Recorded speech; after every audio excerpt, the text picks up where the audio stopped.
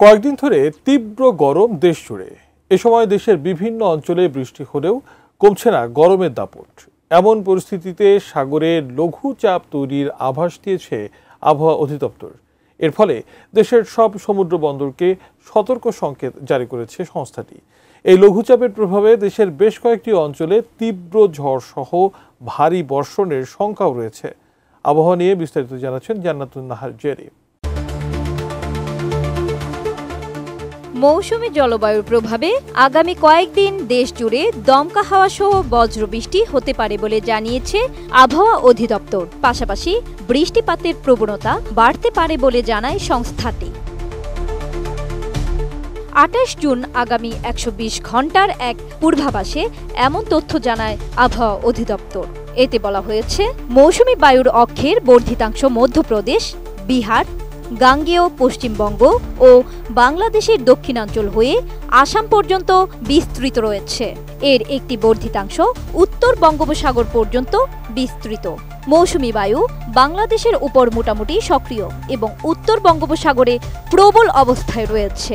আগামী ২৪ ঘন্টার মধ্যে উত্তর পশ্চিম বঙ্গোপসাগর ও তৎসংলগ্ন এলাকায় একটি লঘুচাপ সৃষ্টি হতে পারে।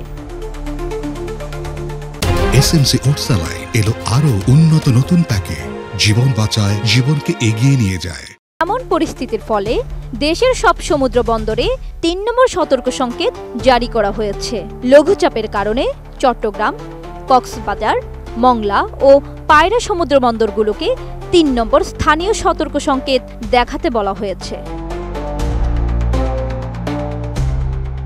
আবহাওয়া অধিদপ্তর আরও জানায়, আগামী ২৪ ঘন্টার মধ্যে খুলনা, বরিশাল ও চট্টগ্রাম বিভাগের অধিকাংশ জায়গায় এবং রংপুর, রাজশাহী, ঢাকা, ময়মনসিংহ ও সিলেট বিভাগের অনেক জায়গায় অস্থায়ীভাবে দমকা হাওয়া সহ হালকা থেকে মাঝারি ধরনের বজ্রসহ বৃষ্টি হতে পারে।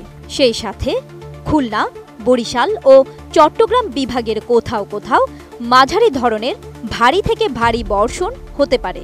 সারা দেশে দিন এবং রাতের তাপমাত্রা প্রায় অপরিবর্তিত থাকতে পারে।